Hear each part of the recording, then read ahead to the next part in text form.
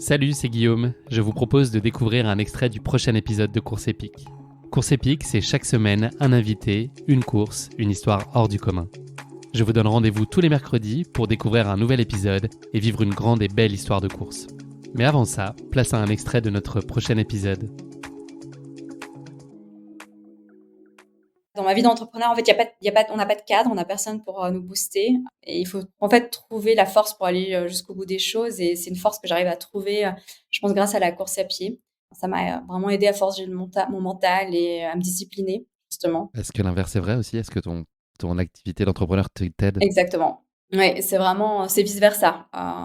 Et je pense que ça m'a vraiment forgé dans ma vie d'entrepreneur, mais dans ma vie de coureuse à pied aussi.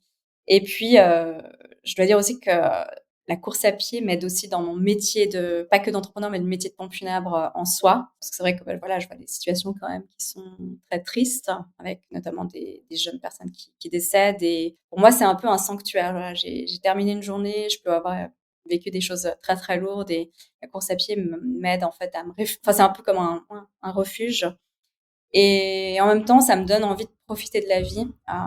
C'est comme en fait un peu un hommage à la vie de courir et ça me permet de me sentir vraiment vivante et ça apporte énormément aussi dans cet aspect de mon métier plus particulièrement. Comment est-ce qu'elle est née cette idée de prendre le départ de la CCC? Est-ce que c'était la suite logique des choses pour toi? On a compris que tu étais dans une logique de progressivité, ou est-ce que c'est finalement une espèce de petit accident de parcours et c'était pas tout à fait anticipé dans ta trajectoire de course? Alors en fait je dirais que effectivement j'ai toujours fait les choses de manière graduelle et en quelques années je suis passée du 5 kg à faire un marathon. En soi, je pense que quand j'ai commencé à courir, jamais j'aurais imaginé faire l'UTMB ou quoi que ce soit de la CCC. En fait, pour moi, la CCC, c'était une étape avant l'UTMB. Mais c'est vrai qu'il y avait un peu cette quête de l'UTMB derrière tout ça, mais qui est pas venue tout de suite du tout. La première fois que j'en avais entendu parler, c'était, je crois, quand Caroline Chavreau, qui était ma prof d'histoire au lycée. Je ne connaissais pas cette carrière. Ok. Oui, c'était en fait, pendant toute sa carrière professionnelle, elle avait un emploi à côté et Caroline Chavreau, elle avait gagné en 2016 et quand je l'avais vue gagner, je n'oublierai jamais. En fait, en même temps, cette année-là, il y avait une collègue qui avait fait secouriste à l'UTMB, puis on a commencé à parler de tout ça et moi, pour moi, c'était vraiment, en fait, une course réservée aux élites et aux fous et avec le temps, ben, je pense que c'est toujours réservé aux fous. Mais je me dis aussi que c'est plutôt aussi des coureurs, enfin, il y a clairement des coureurs lambda qui sont capables de le faire et qui le font. Et je m'étais un peu dit avec le temps que oui, un jour, je le ferais. Par contre, je m'étais plutôt dit que je le ferais avant mes 45 ans. Je voulais me laisser le temps, vu que j'avais toujours fait les choses de manière plutôt progressive. Et puis, je me suis dit, voilà, comme ça, vu que j'avais déjà fait plusieurs 20, 30 kilos en trail, je me suis dit, bah voilà, je ferai plusieurs 50, après je ferai plusieurs 100, et puis un jour, peut-être, je ferai les TMB. Voilà, sans vouloir faire non plus n'importe quel trail comme le marathon. Pour moi, c'était important de faire quelque chose un peu prestigieux et je trouvais incroyable de me dire que j'allais faire peut-être un jour le tour du Mont Blanc. Et il y avait un peu cette quête. Et en 2022, avec mon amie Stéphanie, on était bénévole à Trien et on s'était dit à ce moment-là, bah, l'année prochaine, 2023, on fera l'OCC.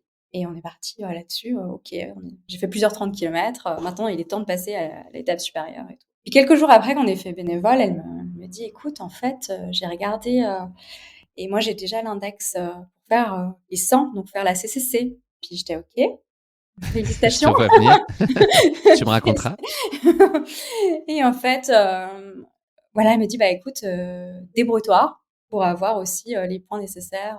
Les inscriptions, c'est en janvier. J'étais là, ah, ok. Et puis moi, il m'en faut toujours très peu pour me motiver. Et je me suis dit, bon, comment je vais faire? Et genre, 1 ou 2 semaines après, j'avais la Ville-Choubel, qui est une course by UTMB qui finit à Cran, au Valais.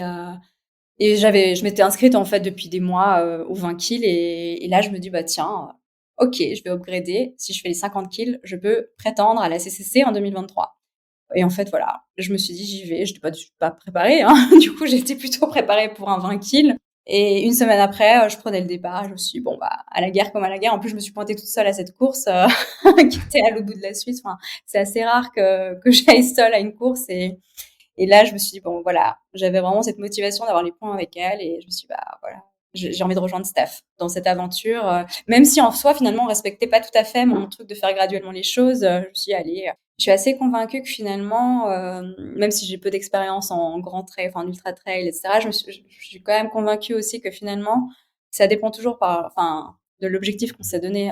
Si par exemple demain tu me dis tu fais 10 kilomètres, je vais faire 10, je vais pas en faire 20, même pas 11, parce qu'en fait c'est ce qui est prévu ce jour-là et ton cerveau il s'est complètement préparé à faire la distance qui a été prévue et je me suis dit bah oui, je pense que les 100 je peux les faire. Je me suis dit ça.